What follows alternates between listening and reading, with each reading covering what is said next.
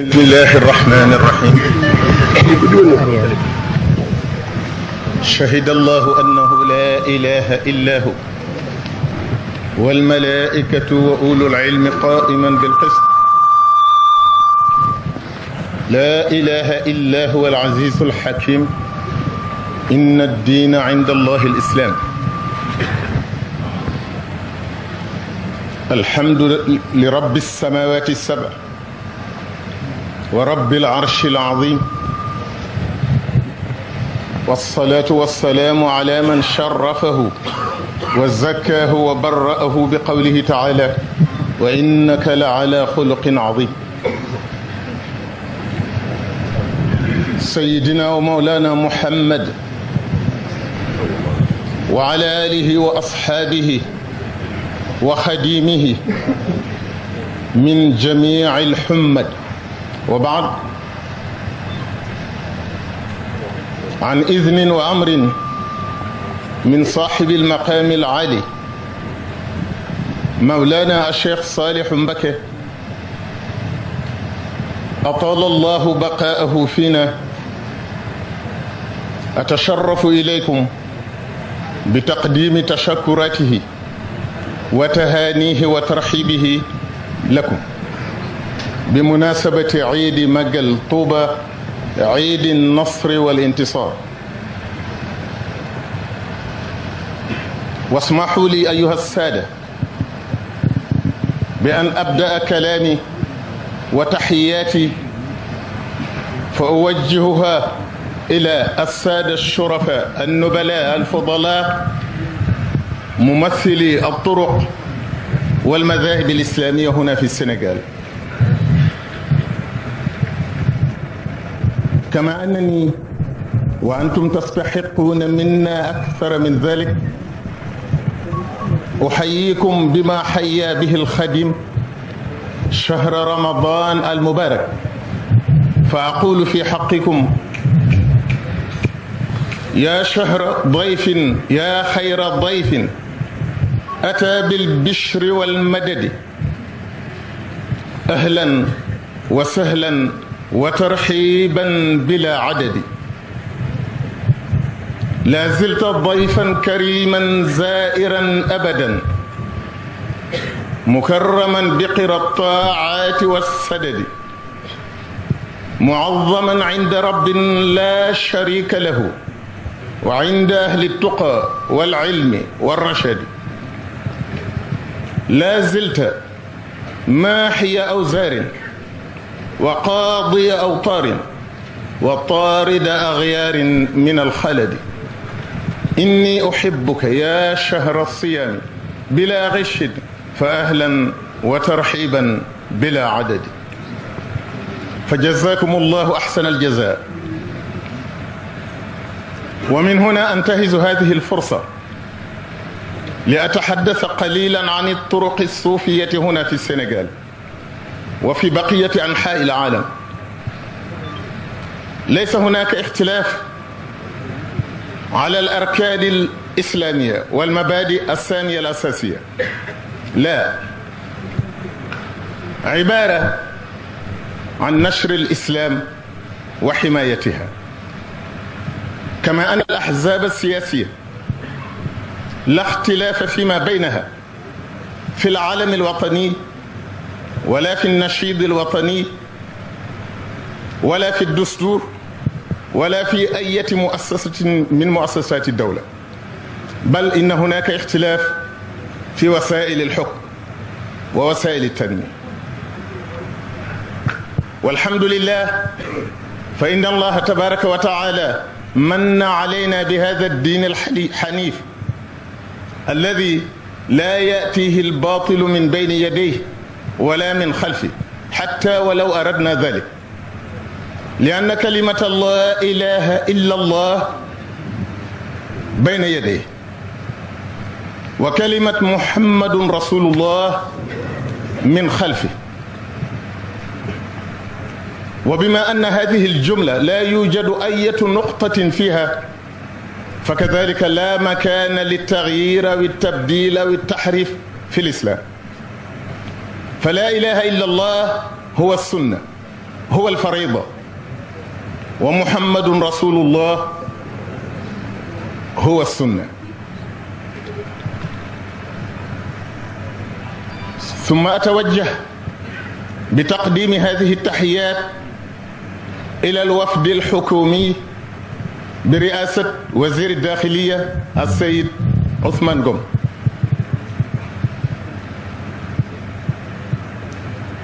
ومن رافقهم من الوزراء والنواب والهيئات إلى آخره. ثم أتشرف بتقديم التهاني إلى السلك الدبلوماسي المعتمدين في السنغال، فأقول لهم أهلا بكم في ربوع طوبى. أما أنتم أيها المريدون فقد سمعتم وأطعتم وكان خيرا لكم وأقوم، فلقد قضيتم الأيام الشاقة الصعبة مع الشيخ لتخليد هذا الذكرى، ذكرى انتصار الشيخ أحمد بامبا أو انتصار الحق على الباطل.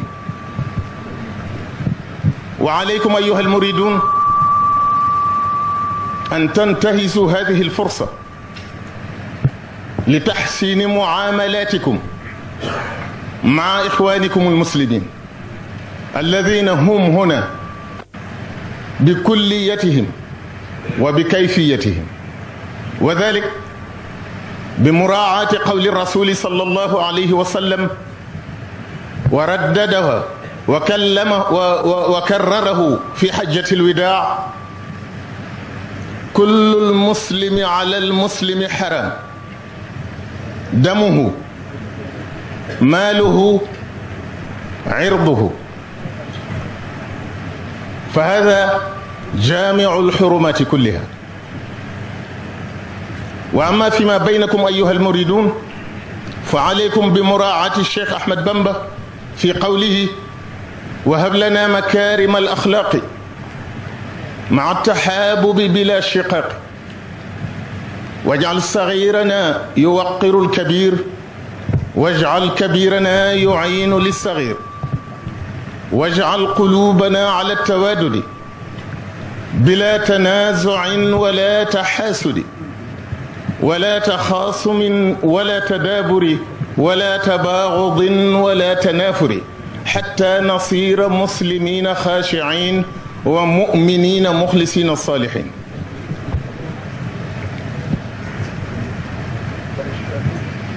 وقال الشيخ أحمد بامبا: من ظنني غير خديم المصطفى فإنني أخدمه بما اصطفى. من ظن أنه يكون أبدا مرضيه بما كخدمتي بدا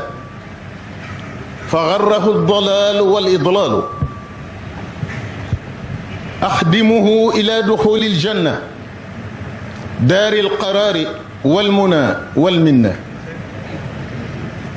مني إليه خدمة قد لازمت روضته إلى الجنان عظمت. رضي عني سبته الجيلاني عليه رضوان الذي أعلاني. رضي عني سبته أبو الحسن عليه رضوان يخلد الحسن. رضي عني سبته التجاني عليه رضوان مبيد الجاني. من لم يكن عني يرضى فالكريم رضي عني رضا ليس يريم. السلام عليكم ورحمة الله تعالى وبركاته.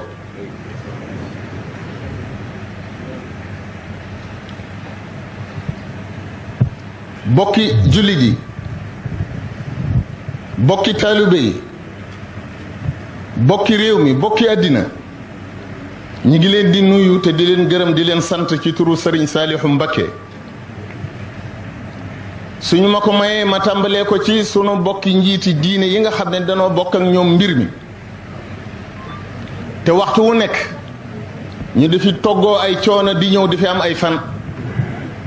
te lañ fa bàyyi mooy li ñu fiy fekk si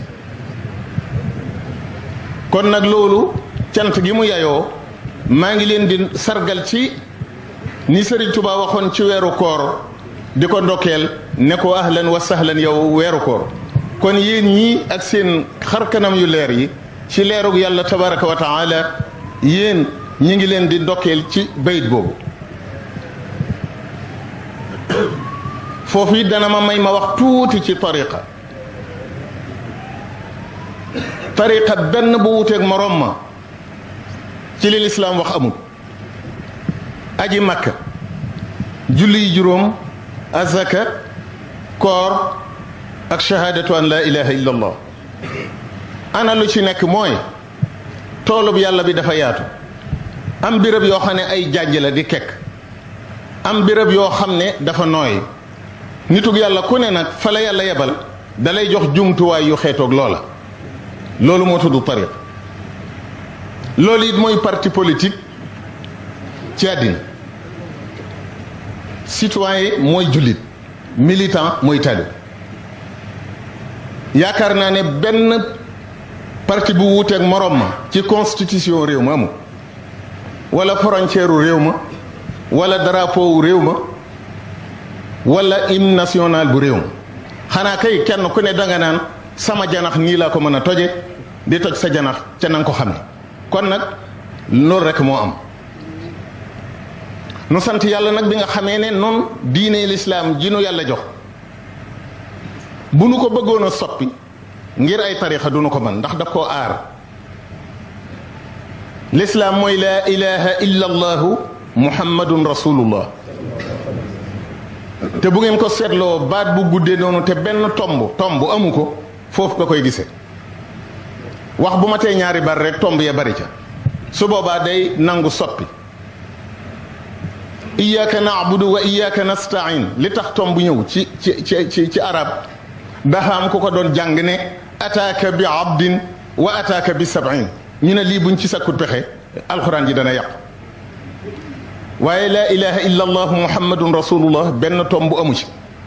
moo tax lislaam kenn du ko soppi kenn du ko waragi kenn du ko fabit di ko méngaleeg la nga xam ne yow yaa bëgg mu doxe noonu yàlla du ko nangu ndax boo tombee ci kaw ñu ne la dindil amul tomb boo daggee ak alif ñu ne la delloo ci la dëkk te jullit bëgg na ñàkk solo moo la koy wax kon nanu sant yàlla bu baax ci loolu ma dikk ci délégation bi nga xam ne moom la nguuru Sénégal yebal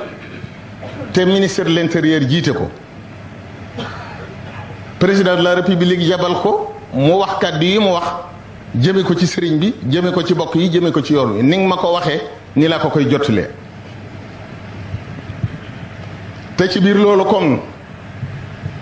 ginnaaw yaa ko fi taxawal ñi nga xam ne ñoo fi nekk représenté yeneen i parti yeneen i mboolooy àddina ak corps diplomatique bi nga xam ne moo nekk fii te bàyyi ko ci réew yu bari noo ngi jaarale ci yow itam ndokkeel yi leen di sëriñ bi di ndokkeel na nga leen ko jottali yéen mbokki taalibe yi def ngeen li ngeen war a def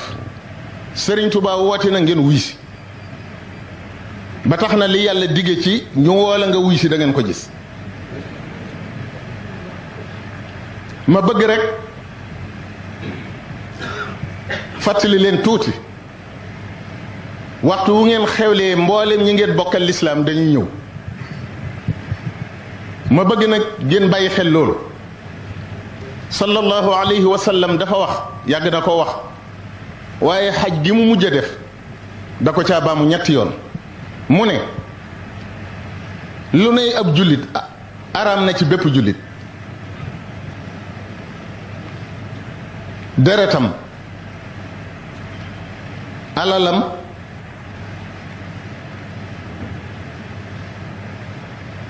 ab deram deretam alalam ab deram loolu nag ku ko sàmm ci sa mbokkum jullit dara daa desetut ci loo ko mën a sàmm bu kenn tudd nit ngeen di ca teg dara ndax looloo tudd yàqub der bu kan jekku alali moroomam wala mu man ko koo aaral mu bañ koo def. tuur deret nag Sëriñ Tuubaa dane waxuma la ko bokk ci man di tuur deret waaye rey yiy lore ni ki jiit ak jaan bokkul ci sama mbir.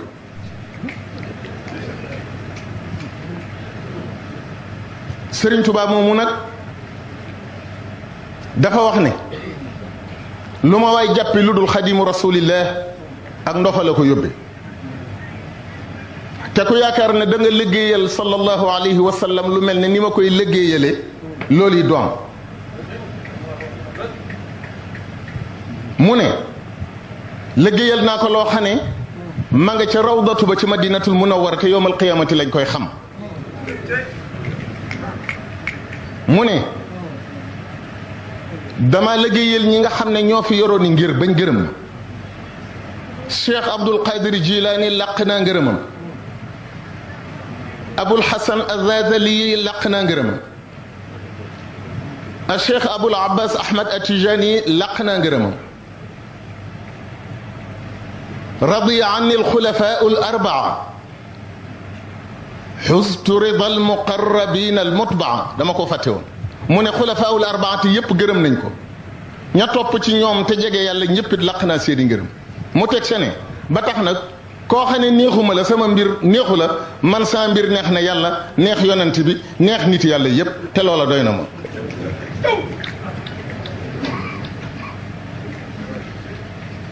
ministre bi wax na fi léegi lu doy kibaan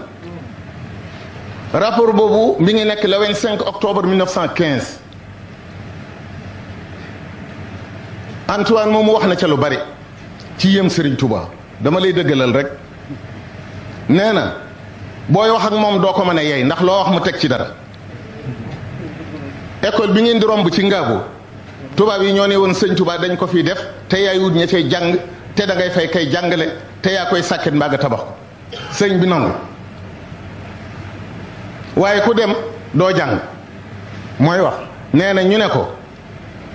yaa ngi leen di yabal waaye du njàng sëñ Touba dema nee na mu ne ko yabal leen ñu jàng laa man waaye duma leen gàccim njàng ne ko ndax yow ku la gawoon ci jàng wolof dana la neex na nga ko xool da nga ko ci gis nee na ñu ne nañ ci sàkk pexe ñu wut benn tubaab bu tudd Fatina Touré yabal ko nga bu mu di fa jàngale waaye amu fa lu mat weer jébbalu ci Sëriñ Tuubaa ne ko dama bëgg tudd saw tur ñu tudde ko Ahmadou Bamba Mbakke wax na ne mas naa invité Sëriñ Tuubaa Jurbel da nga ko ca gis mu ñëw mu ne ko man tey doyewuma la service danoo baaxoo bu nu amee xarit di ko woo ngan ma bëgg nga wax ma loo bëgg Sëriñ Tuubaa ne ko defaral ma café waaye ci sama kanam nga koy tàngale nee na fekk baayam donne na ci maamam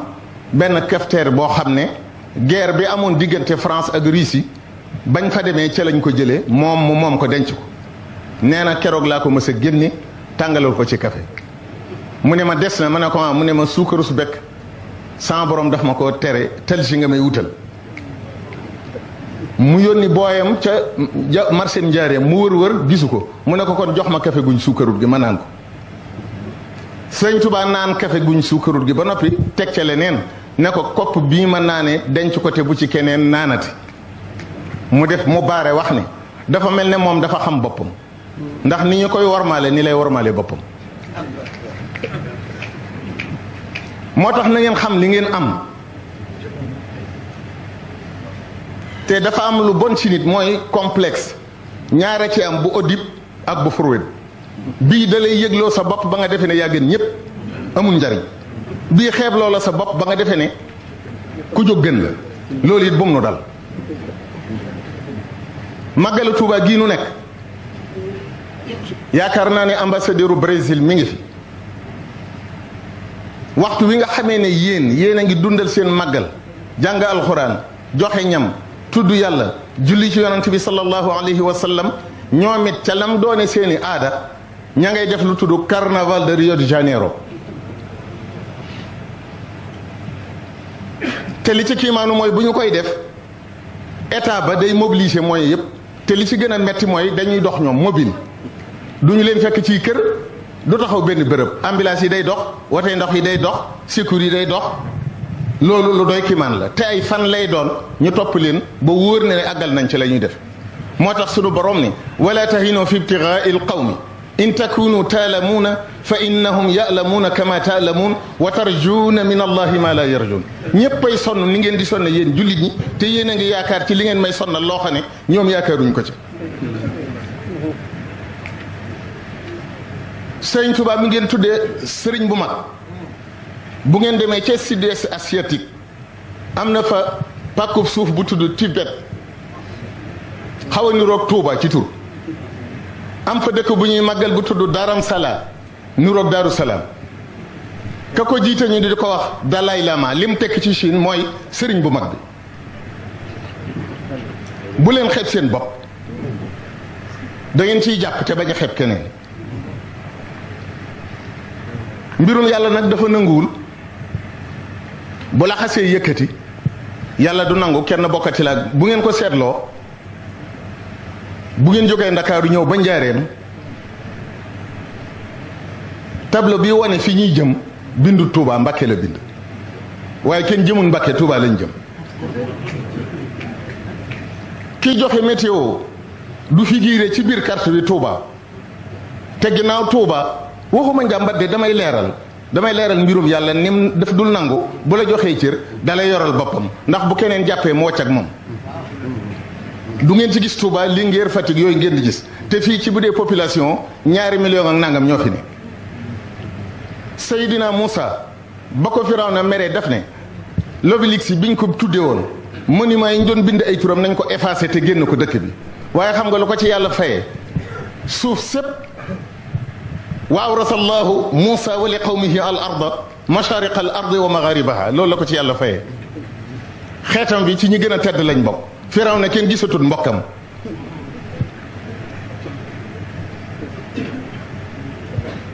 Sëriñ Tuubaa da ngeen koy jox cëram yéen taalibe yi da ngeen di nangoo niru li ngeen doon jébbalu gi gën a rëy ci li ñuy wax ci murit sunu borom daf ko wax ci alquran ndaxte jébbalu mooy maa ngi nii ni ab malade di def docteur rek la ni ab élève di def ka koy jàngal rek la ni ab liir di def ndeyam ji ko jur la bàyyi ko mu defar ko loolu la waaye jaam kenn ko am mu yàlla waaye falaa wa rabbika laa yuminuuna xatta yuxakkimuuka fi ma shajara baynahum summa laa yajidu fi anfusihim xarajan mimma qadayta wa yusallimu taslima loolu la alquran wax yàlla dafa giñ ne maa ngi giñ ci sama màgg man yàlla ne yow Muhammad ak lu ñu la mën a wax li ñuy wax du dëgg li fekk dikkuñu ne la jébbalu nañ ci yow bàyyi nañ la ak sunu bopp looloo tax Sëñ Tuubaa digle jébbal lii ñu tuddee sujjóot doonu ko foon loxo la tudd waaye même bu tuddoon sujjóot yàlla bi mu bindee aadama def ne nañ ci sujjóot ñëpp sujjóot ci Seydina Yuusufa dafa gént fukki biddéew ak benn di sujjóot ci moom weer wi ak jant bi di sujjóot ci moom lu gudd la waaye fa mu mujj dafa am ba bokkam yépp dajee ndeyam ak baayam mu teg leen ci kaw lal bi toog dend ak ñoom fukki doomi baayam yaag benn tàmbali di sujjóot ndeyam ak baayam it jóg di sujjóot kon xanaa koo bokkal ñu di yonent bu kenn waroon a bañ a sujjóot ci keneen ñooñu duñ ko def ndey ak baay it ñoo gën a màgg ci àddina dañoo jóg moo tax mu daal di mel ne ahada ashara kawkaban mooy fukki doomi baayam yaag benn wa shamsa wal qamara mooy ñaari ñaari waajuram loolu yépp dafay mat di leeral tariqa ak yii nuy def fii jëkkut ci noonu li jëkk am gannaaw yonent bi ci ngir mooy abi xanifata te juróom-ñetti fukki at gannaaw yonent gannaaw hijra ci la ko sose Malik ibnu Anas gannaaw juróom-ñeent fukki at ak ñett Shafii gannaaw téeméeri at ak juróom fukk Ibnu Hanbal gannaaw téeméeri at ak ñeent fukk ak juróom benn xadis yi ñuy dajale Ibnu Ishaq moo jàngal Ibnu Hisham siira te siire yi ñuy jàng ci Sénégal yépp Ibnu Hisham moo ko def te kooku moom itam gannaaw yonant bi am na téeméeri at soog a feeñ bi yëf yi daataa dox dëgg mooy as-Siqti wal Junayd. Siqti mooy nijaay Junayd Iraq la ñu nekk seen ñaari bàmmeel yi dañoo dend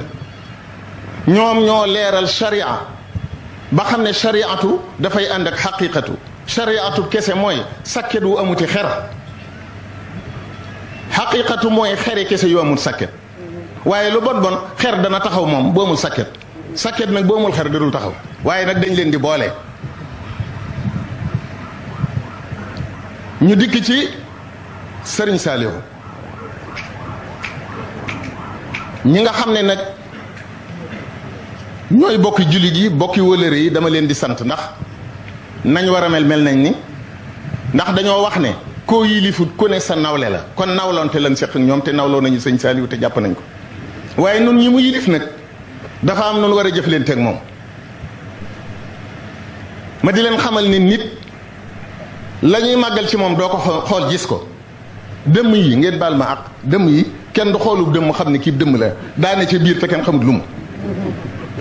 sawaa yi nekk ci Houston ci Cap Canaveral lañ xam bay dem ci weer wi kenn du ne xool xam ko te ma nga ca ñoom ñuy dem ci weer waa ki ñëw kon Sëriñ Saalihu nooyaay bi woyof bi yërmande ji bu ñu ko topp nañoo am fuñ ko yem nañoo am fuñ ko yem ndaxte sunu borom dane wa man yataadda xudud allahi fa ulaika hum zalimun te kenn ku ne it war ngaa natt sa bopp ci mbir mu ne ndax sunu borom sax bokkaale bi mu ko teree dafa wax ne maa ngi leen di leeral li tax ma bañ ku ma bokkaale te ci yéen laa koy misaal ndax nangu ngeen li ma leen may ciy soxna ak i alal ak i oto ngeen ñëw fekk kenn di ko jëfandikoo ni ngeen ko daa jëfandikoo noonu ngeen ko bañee ni laa bañe mayit sama nguur gi ku ko bokkaaleeg man kenn ku ne na seet boppam nam bëggee ku ko aar nam bëggee ku ko may jàmm nam bëggee ku ko bàyyeeg boppam mu xaaxtandiku ñoo xam ne daa waxut waaye bëgg na ko te kat wolof dane bukki bëtt bunt bant bënn bëtam والسلام عليكم ورحمة الله تعالى وبركاته يا فائق الخلق معا بالقهر نفسي وديني ثم أهلي والولد ومسكني لك وديعة أبد وهكذا دنياي مع أخراي ففيهما عن نصر في الرزايا واصرف عذاب النار عن جملة من بيتعلق من أبناء الزمن وجملة الإخوان من أقارب في الطين أو في الدين والأجانب وارحم جميع الأولياء والأمة ولتكشف الذي اعترى من غمة ليس لأمة النبي سواك يا مكثرا صببت لي جدواك واشغل عداك بسوى ما يفسد نهج نبيك وذد من حسدوا واشغل عداك بعداك واصرف قلوبهم عن ضر ذي التعرف واصرف قلوب المؤمنين لسوى ضر الذين أحسنوا معا سوى واشغل عبادك بفعل الأمر لا باقتحام النهي يا ذا الأمر وصلى الله وسلم على سيدنا محمد وعلى آله وصحبه سبحان ربك رب العزة عما يصفون وسلام على المرسلين والحمد لله رب العالمين